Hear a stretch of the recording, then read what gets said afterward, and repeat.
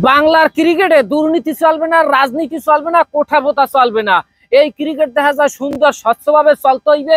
এই সাকিব আল হাসান তুমি লুচ্ছমি বাদ দাও দাম, ওই যে কি কয় ওটাকে, এ সুন্দর একটা বউ বিড়ি থাকতে এইবার তুমি দেখা যায় শুরু দেওয়ার চুকি। হ্যাঁ, এই শুরু দেখা যায় তুমি শেষ করতে হইবে খুব শীঘ্রই। এই বাংলার দেখা যায় ক্রিকেটে তামিম ফিরিয়ে মুশফিক ফিরিয়ে, এরপর দেখা যায় এই যে মাহমুদুল্লাহ বুড়ো হইলো কি হে যে ছয় কি পরিমাণ মারতে পারে এত আপনারা দেখছেন টি-20 বিশ্বকাপে। যাই হোক, আমাদের তাসকিন অলরেডি ফিরিয়ে কিন্তু মাঠের মধ্যে কাপাকাপি বল দিয়ে দেবে, এমন ভাবে বল করবে স্টাম্প হিরিয়ে যাইবে 4-5টা। যাই হোক, সর্বোপরি কথা হয়েছে এই যারা ক্রিকেটার আছে এখন সুন্দরভাবে বললে দেওয়া হয়েছে ক্রিকেট যে খেলতে চাবা রাজনীতি বাদ দেবা, রাজনীতি করতে চাবা ক্রিকেটের দিয়া ওটারে কয় কি অবসরে যাবা। কথা কিন্তু লিগ্যাল, তুমি ক্রিকেটও মূল্যাইবে তোমার রাজনীতিও মূল্যাইবে। এই আরক্ষ নিয়ম করা উচিত রে ভাই। ক্রিকেটাররা কোনো ভিলে শোরুম উদ্বোধন করতে পারবে না।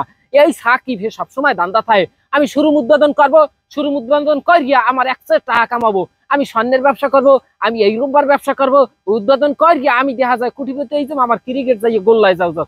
তোমাকে জোতার যে ভিড়ে ফিরেইতে সাকিব আল হাসান তোমার বাংলাদেশ ক্রিকেট দেখা যায় বহিষ্কৃত করা উচিত। তোমার দ্বারা ওই লুচ্ছমি যায়, তুমি দেখা যায় ওই পার্কে যাবা, হোটেলে যাবা, তারপর লুচ্ছমি করবা, এছাড়া তোমার দ্বারা বাংলাদেশের জনগণ কিছু আশা করে না। তুমি দেখা যায় এক্সের পরিমাণে ওই যে কি করবা সেমরি লই যে ঘোরাঘুরি দেবা, তোমার দরকার নাই বাংলাদেশ ক্রিকেটে, তোমার মতো লোকের দরকার নাই। তুমি বিশ্বের অলরাউন্ডার, তুমি বিশ্ব লইয়ে থাও। তুমি বাংলাদেশের ক্রিকেটারে দেখা যায় ধ্বংস করিয়া আবার ছাড়িয়ে দেছো। তোমার মতো দুই সাকিব আল হাসান বাংলাদেশে আইলে এককালে দেবে অধপতন ঘটাই দেবে। তুমি ক্রিকেট খেলার লোক যতটা না মরিয়া হার সিংহে তোমার ব্যবসা বাণিজ্য টাকা পয়সা ওই নারী সেমরি টেমরি লইয়া আর কি তুমি দেখা যায় ফুর্তি মুক্তি করতে ভালোবাসো।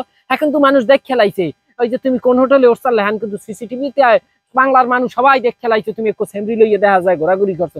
তোমার বউ হেটা মানুক না মানুক হেটা হয়েছে হ্যার বিষয়, তোমার মতো লুচ্ছ স্বামী লইয়ে যেহেতু হে করতে পারে আমাকে তো সমস্যা নাই।